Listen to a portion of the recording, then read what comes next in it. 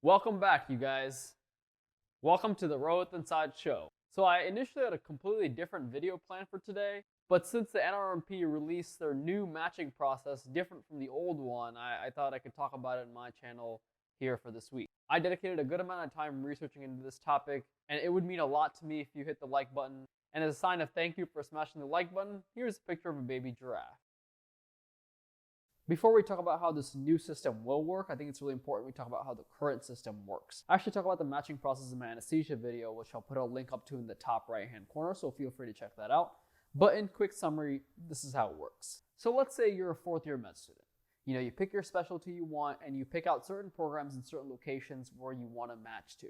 So what you'll do, you send out the applications, and if the program likes you as an applicant, they'll extend an interview offer out to you. Now, this is called interview season, which can last anywhere from 2 to 3 months. As you may imagine, a candidate can have anywhere from 1 to more than 10 interviews. And as a program, they can have over 1,000 candidates that they can potentially interview as well. After the interview season's over, a rank list opens up. Now, as an applicant, you rank programs where you interviewed at based on preference of where you'd like to go. And the same thing happens with the programs as well. The program ranks all the candidates that they interviewed in order of preference. Now this matching algorithm starts to crunch its numbers and tries to match based on candidates and program preferences. So after the rank list is over, after the algorithm's done, something called match day will come where it will let you know where you matched. So this current matching process system has been used from 1952, and it's meant to be fair and reliable matching process.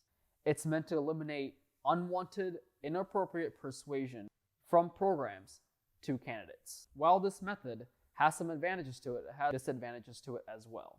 If you're a candidate that doesn't get matched after the computer algorithm runs its course, you're moved on to something called the SOAP process. And the thing with SOAP is that you will have to redo your application, redo your essay, redo your interview, all in a span of 1 day. And candidates are picked based on program preferences. This ends up being a very stressful process for applicants that don't match on match day. Now, the new system the NRMP wants to introduce is called a 2 main phase residency match. Its main goal is to eliminate not matching on match day and to eliminate having to try to find a program in a span of 1 day. NRMP recently proposed this idea, so it's in its very infancy form, and I'm not even sure if it's going to get implemented. This is basically what the 2-phase match process is. There's phase 1 and there's phase 2. And the same set of rules applies to phase 1 as it does to phase 2. Now, let's say you're an M4 candidate. You send in your rank list after you rank all the programs which you interviewed at, and you end up not matching to any of those spots. Now, what will happen is your application will get moved to phase 2 of the matching process. Now, the same thing will happen here. You will re-interview, redo your applications, and re-rank all the programs you interviewed at.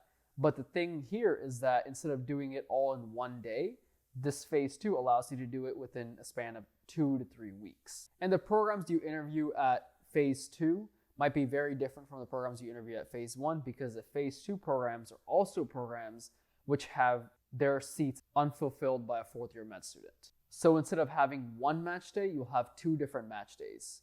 1 for phase 1 for the applicants that matched in phase 1, and 1 for phase 2 for the applicants that matched in phase 2.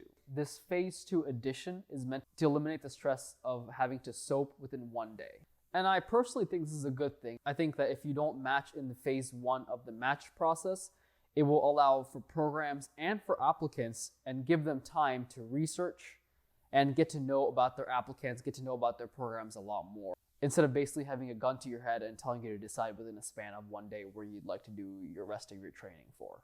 Here's also a graph if you're having trouble understanding what I just said. This flow chart is what the NRMP published, and this is the proposed phase 1 and phase 2 matching process. In my opinion, I'm very happy that NRMP identifies some glaring flaws in this outdated matching system. I think it will relieve a lot of stress from applicants that don't match in the initial matching process. I'm also curious as to how they are going to deal with candidates that don't match in phase 1 or phase 2. I'm wondering if there's another SOAP process for them, or if there's going to be maybe like a phase 3 for them. I'm really not sure, and I'm not even sure that NRMP knows this as of now, since this proposed process is in its early stage. But I do think it'll be really interesting to see how this two-step matching process is going to work after its implementation, or if it does even get implemented. Let me know what you think about this new matching process in the comments.